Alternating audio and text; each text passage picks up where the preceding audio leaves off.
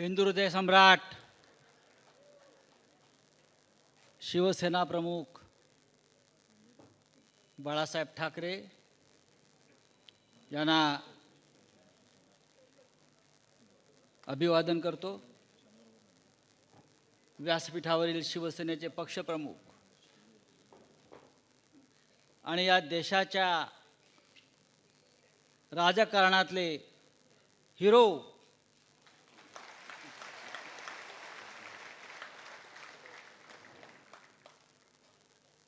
शिवसेना पक्षप्रमुख उद्धवजी ठाकरे,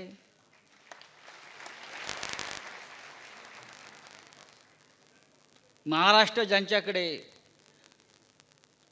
फार मोठ्या आशेनं अपेक्षेनं पाहतो आहे, अशा आपल्या सगळ्यांचे लाडके युवा सेना प्रमुख आदित्य ठाकरे, व्यासपीठावरील सर्व शिवसेनेचे नेते, पदाधिकारी, आजचा दिवस ऐतिहासिक आहे. हिंदू हृदय सम्राट शिवसेना प्रमुख बाळासाहेब ठाकरे यांच्या संघर्षाची आठवण आणि स्मरण करून देणारा आजचा दिवस आहे. मी ऐतिहासिक यासाठी म्हणतो उद्धवजी, 19 जून 1966 या दिवसाला जे महत्त्व होतं ते आज 19 जून 2024लाही तेच महत्त्व आहे.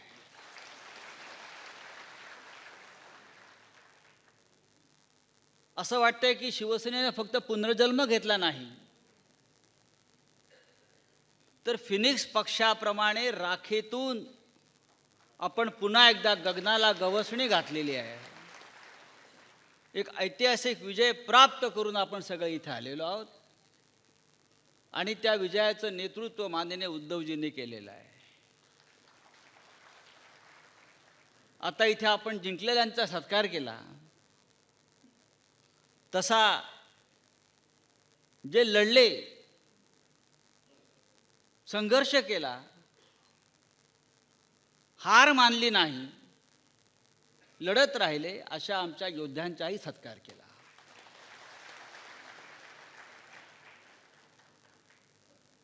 हा छत्रपती शिवाजी महाराजांचा महाराष्ट्र आहे आणि हा महाराष्ट्र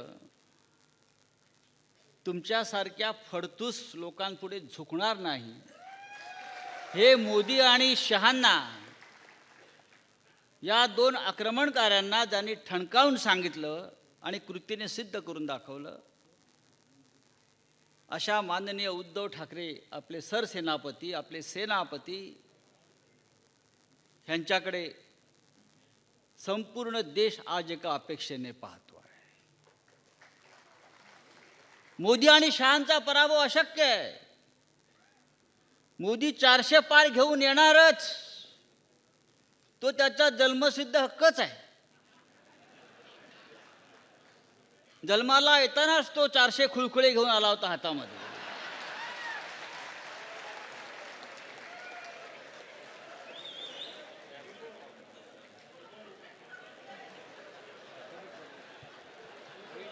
काय म्हटले?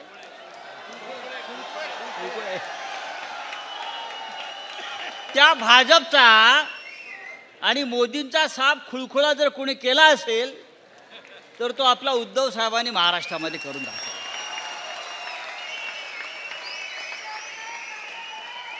शिवसेना संपवायला निघाले होते. शिवसेना कुठे आहे? अरे शिवसेना अशी संपते काय? शिवसेना संपणार नाही.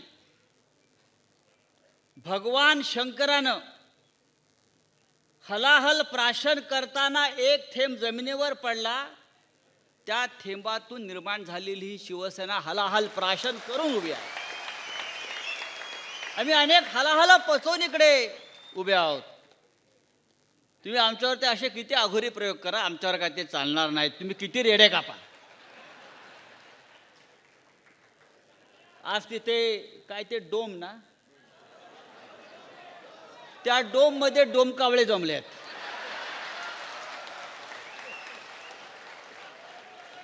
डोम कांबळ्यांचं संमेलन सुरू आहे. आमचा 58वा वाढदिवस आहे. ते 2.5 आहेत. पुढल्या वर्षी ते 2.5 वर्ष पण नसतील त्यांच्या जीवनामध्ये. 58 आहे. उद्या हिरक महोत्सव. अरे हिंदुहृदय सम्राट शिवसेना प्रमुख बाळासाहेब ठाकरे यांना काही वेळ जात नव्हता म्हणून त्यांनी शिवसेना स्थापन केली नाही. या महाराष्ट्राला स्वाभिमान, अभिमान, राष्ट्राभिमान याचं बाळकडू पाजून असंख्य हुतात्म्यांच्या बलिदानातून हा महाराष्ट्र आणि शिवसेना त्यांनी स्थापन केली. असे कोणी गुजरातचे सोमे गोमे हौशे गौशे नवशे आले आणि त्यांना शिवसेनेवर वार करून शिवसेना संपवता आली, हे स्वप्न कोणी पाहू नये. छत्रपती शिवाजी महाराजांचा महाराष्ट्र असं मी यासाठी म्हणतो की छत्रपतींनी कधी आपली मान दिल्लीच्या तख्तापुढे तुकवली नाही आणि त्याच शिवसेनेचा, त्याच महाराष्ट्राचा वारसा माननीय उद्धव साहेबांनी चालवला आणि फार मोठं यश त्याने आपल्याला प्राप्त करून दिलं. मला आश्चर्य वाटतं, भारतीय जनता पक्ष आता आभार यात्रा काढणार आहे, धन्यवाद यात्रा काढणार आहे. कशा करता? पराभव केल्याबद्दल महाराष्ट्रानं. नरेंद्र मोदींना बहुमत मुक्त केल्याबद्दल. मला कळतच नाही की धन्यवाद यात्रा महाराष्ट्रात देशामध्ये काढणार. 400 करणार होते ते 240च्या खाली आम्ही आणून ठेवले म्हणून आभार यांच्या डोक्यावर परिणाम झालाय. मोदी हा ब्रँड होता, आता मोदी ब्रँडी झाली आहे, बहुतेक नशेत आहेत.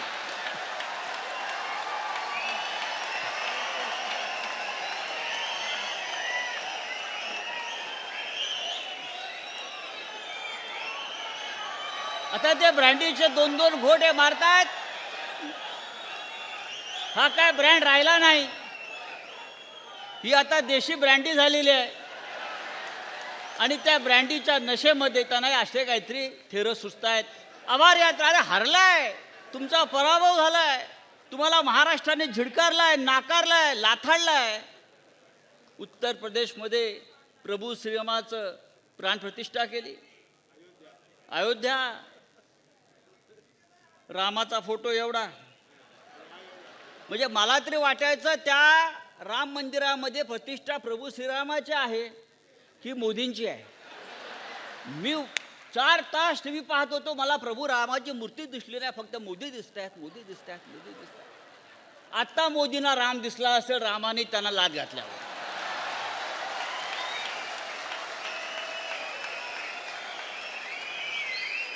या देशाच्या जनतेनं, या महाराष्ट्रानं, या उत्तर प्रदेशनं मोदींच्या हिंदुत्वाचा पराभव केला, कारण ते नकली आणि ढोंगे हिंदुत्व होतं. आणि महाराष्ट्रामध्ये भास्करराव आपण म्हणताय ते खरं आहे, सट्टा लागला त्यांना. बघा, त्यांना सत्ता लागलाय, सत्ता, सत्ते पे सत्ता. पण हा त्यांना शेवटचा आकडा आहे. यानंतर त्यांचा आकडा या महाराष्ट्रामध्ये लागणार नाही.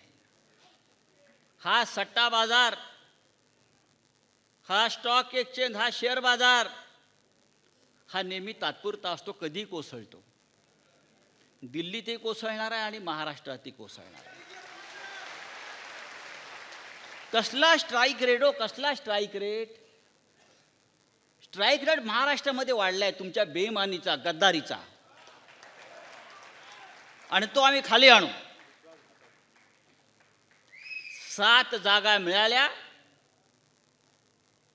त्यातली अमोल कीर्तीकरांची जागा आपण जिंकलेली जागा आहे, ती आपण पुन्हा जिंकू. या देशामध्ये भारतीय जनता पक्षाच्या 110 जागा या 500 ते 1000च्या फरकाने जिंकलेल्या आहेत. 500 ते 1000 हा 110 जागा 500 ते 1000 म्हणजे तो विजय मला मानता येणार नाही. जसा अमोल कीर्तीकरांचा विजय चोरला तसे हे 110 विजय त्यांनी चोरले. नाही तर भारतीय जनता पक्ष हा 120लाच अडकलेला आहे. 120च्या पुढे भारतीय जनता पक्ष गेलेला नाही. नरेंद्र मोदी लोक म्हणतात ते हारलेच होते. अमोल कीर्तीकरांच्या प्रमाणे त्यांचा विजय शेवटी खेचून आणला. देशाचे प्रधानमंत्री 5 फेऱ्या पहिले 3 तास पिछाडीवर पिछाडीवर पिछाडीवर पिछाडीवर, जिथे जिथे हिंदुत्व, जिथे जिथे मंदिरं, तिथे तिथे भाजपचा पराभव झालाय लक्षात घ्या. वाराणसीमध्ये हरता हरता वाचले, अयोध्येमध्ये हरले, रामटेकला हरले, रामेश्वरमला हरले, चित्रकूटला हरले, सती राणीला हरले, नाशिकला पंचवटीला हरले. जिथे राम तिथे त्यांचा पराभव. हे यांचं हिंदुत्व. ही पैशाची मस्ती चालणार नाही, कुठे चालणार. आता काय तो वारकऱ्यांना सुद्धा ते लाच द्यायचा प्रयत्न करतायत. आपण पाहिलं असेल आज की वारकरी म्हणजे आतापर्यंत त्यांनी मतं कशी विकत घेतली. ही मंडळं विकत घ्या. अरविंद सावंत कुठे आहेत? बरोबर ना. क्रिकेटच्या संघांना पैसे द्या, मंडळ विकत घ्या, मतं विकत घ्या. हां, विकत घ्यायचं, विकत विजय विकत घ्या, सगळं विकत घ्या. आता काल मी ऐकलं की वारकऱ्यांना सुद्धा प्रत्येक दिंडीला 20,000 रुपये द्यायचे, म्हणजे वारकऱ्यांना विकत घ्या. वारकरी ही या महाराष्ट्राचा संस्कार आणि संस्कृती आहे. छत्रपती शिवाजी महाराजांना तुकोबा रायाने एक चांदीच्या ताटात नजराणा पाठवला. तो नजराणाही तुकोबा रायांनी परत पाठवला वारकरी म्हणून. त्यांनी सांगितले त्यांचा वारकरी संप्रदाय. आणि तुकोबांनी सांगितलं, आम्ही नेणे सुखी म्हणा विठ्ठल विठ्ठल मुखी, ये र तुमचे वित्त धन मज मृतिके समान. हे तुमचा नजराणा, हे तुमचे पैसे मला माती समान आहे. आम्ही स्वाभिमानी वारकरी आहोत. आम्हाला हे राजाचे नजराणे नकोत, आम्हाला विकत घ्यायचा प्रयत्न करू नका. पण या महाराष्ट्रामध्ये हे मस्तवाल सरकार प्रत्येकाला विकत घ्यायचा प्रयत्न करत आहे. आणि त्यांच्या छाताडावर पाय रोवून उद्धव साहेबांनी हा विजय आपल्याला मिळवून दिलेला आहे. मी शेवटी इतकंच सांगेन, आज का फार मोठा आपण सांस्कृतिक कार्यक्रम ठेवला नाही. तो पाहायचा असेल तर डोमकावळ्यांचा कार्यक्रम तिकडे सुरू आहे, ते जाऊन तुम्ही बघू शकता. मी इतकंच सांगेन की ह्या निवडणुकीनं आपल्याला एक चांगला संदेश दिला. आपण तो प्रखर हिंदुत्ववादी म्हणून स्वीकारला पाहिजे. हा संदेश आपल्याला नाही, हा संदेश सगळ्यांना आहे. महाभारत आणि रामायण हे आपले 2 पवित्र ग्रंथ आहेत हिंदुत्वाचे. रामायणाने सांगितलं आहे,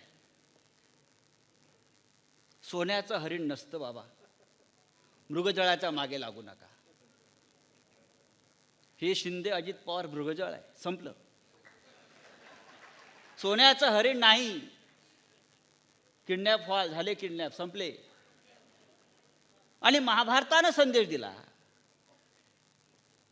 की सत्तेची मस्ती चालणार नाही, बहुमताची दादागिरी चालणार नाही. तुम्हाला कधी खाली उतरवलं जाईल आणि तुमचा सत्यानाश होईल. हे 2 संदेश या निवडणुकीनं आपल्याला दिलेले आहेत.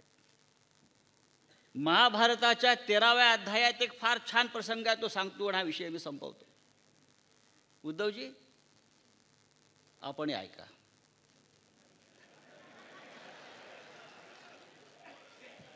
महाभारताचं युद्ध संपलेलं आहे, वाताहत झाले आहे संपूर्ण पृथ्वीवर. आणि श्रीकृष्ण आणि अर्जुन यांचा फार सुंदर संवाद आहे. श्रीकृष्णाने अर्जुनाला विश्वरूप दर्शन दिलं आणि या पृथ्वीवर जे जे काय चालू आहे ते दाखवलं. हाणामाऱ्या, संघर्ष, पक्षांतर, फोडाफोडी, सत्तेची खेचाखेची, विश्वासघात, ईडी, सीबीआय, मोदी, शहा, हे सगळं श्रीकृष्णांना अर्जुनाला दाखवलं. हे बघून अर्जुन अस्वस्थ झाला आणि श्रीकृष्णाला विचारलं, हे जर असंच चालणार असेल, असंच होणार असेल, तर हे जग तरणार तरी कोणाच्या खांद्यावर? माझ्या खांद्यावरती असं श्रीकृष्णानं उत्तर दिलं नाही. श्रीकृष्ण म्हणाला, या जगामध्ये 4 अशी प्रामाणिक माणसं आहेत जे या समाजाच्या, देशाच्या कल्याणाचा विचार करतात, राष्ट्राच्या कल्याणाचा विचार करतात.